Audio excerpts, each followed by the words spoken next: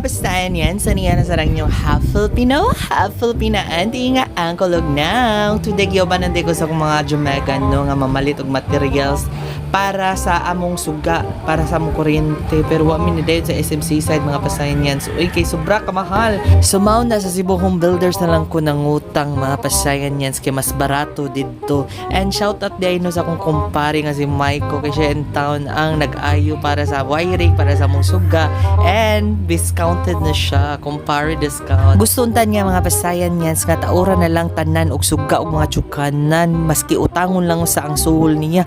Pero ako nasugot mga pasayan yan. So, ikimor na puno na dyan ko sa utang. Oh, shout out din sa akong kinugos dira nga si John Clint. Oh, diba? Samtang bata pa, i-train na siyang daddy, punsaon, o pag-ayog mga suga. Oh, another inutang sa rin ako mga pasayan yan. Kaya para mag-work from home na ko, no? Usa sa mga rason dyan mga pasayan yan, nga nung kinahanglan na dyan ko nga makakurente o makasuga sa amo. Kaya ipa-work from home na ko sa among amo.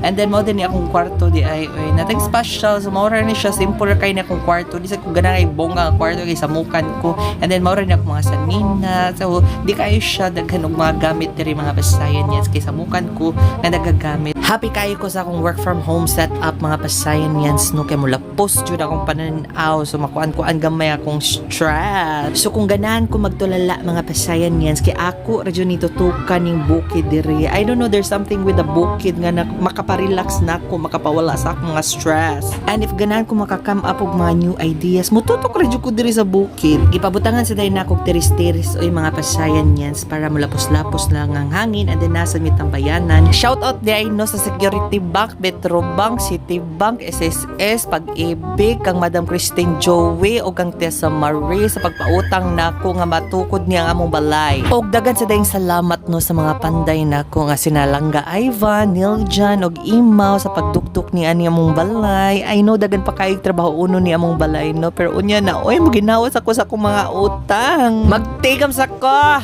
Bye.